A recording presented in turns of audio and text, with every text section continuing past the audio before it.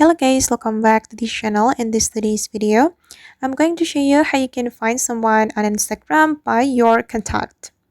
Okay, let's get into it guys. Here I have opened my Instagram application, and first of all, we need to open our Instagram settings and activity. Go to your profile and you can click on those three lines on the top right, and these are the settings and activity. Then we have to go to the account center. Okay, just click on the account center and then select your information and permissions and select the upload contact. Okay, and since I have added some accounts to my Instagram, so I'm going to select one of them. I'm going to select this account. Okay, then we have to activate this feature, connect contacts.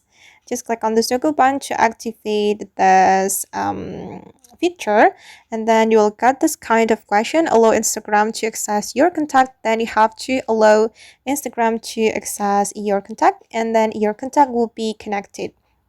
And you can read the explanation right here guys. Instagram will sync and securely store your contact to help you contact with people you know on Instagram, recommend things you care about, and offer you a better service. Okay guys, that's how we can find someone on Instagram by contact. I hope this video will be useful for you. Thank you so much for watching and see you in the next video.